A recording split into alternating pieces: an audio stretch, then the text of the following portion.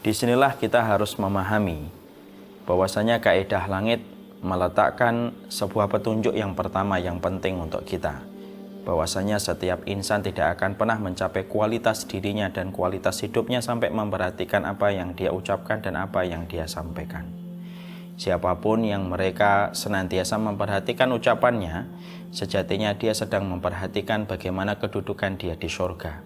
Siapapun yang mereka tidak pernah memperhatikan dan justru melalaikan apa yang dia ucapkan, apa yang dia tulis pada jempolnya, maka sebenarnya dia sedang mengatur kedudukan bangkunya di neraka.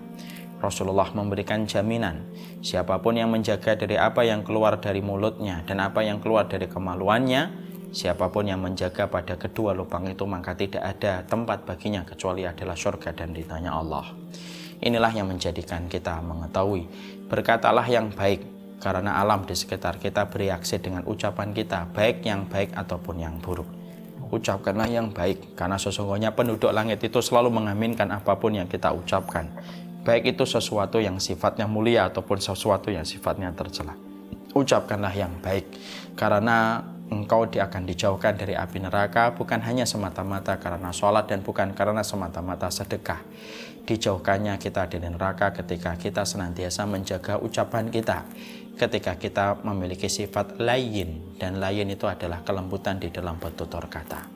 Inilah yang menjadikan setiap mukmin itu identitasnya banyak, tapi salah satu identitas orang yang beriman adalah mereka yang senantiasa berkata yang baik kepada Allah, berkata yang baik kepada orang yang beriman, berkata yang baik kepada orang-orang fakir, dan berkata yang baik pula kepada pelaku maksiat ketika mereka harapkan supaya mereka tetap mendapatkan hidayah walaupun mereka sedang tenggelam dengan dosa dan kemaksiatannya.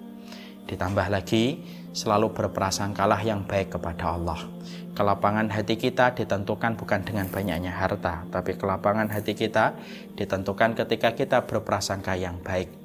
Bisa jadi ada sesuatu yang pahit tetapi sejatinya akan manis di masa mendatang. Bukankah banyak makanan pahit, bukankah banyak minuman yang pahit, jamu dan sebagainya, tapi ujung dari semua makanan pahit dan tidak gurih terkadang justru berujung manis pada kesehatan kita yang prima di masa tua. Tapi sebaliknya, berapa banyak makanan-makanan lezat, gurih yang selalu kita nikmati di masa muda, tapi ternyata ujungnya itu adalah tidak baik dalam kehidupan tua kita kelak.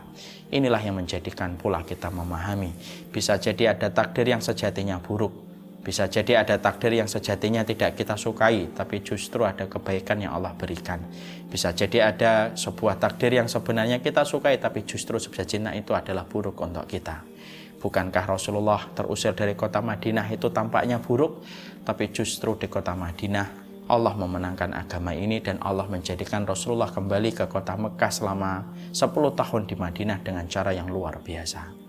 Tunggulah di ruang tunggu kehidupan, karena sesungguhnya setiap goresan takdir yang Allah berikan kepada kita sejatinya tidak pernah salah dan sejatinya tidak pernah zalim kepada setiap manusia. Barakallahu fikum. Semoga kita hidup pada kaidah ini, yang pertama dan yang kedua, menghiasi setiap langkah kehidupan kita.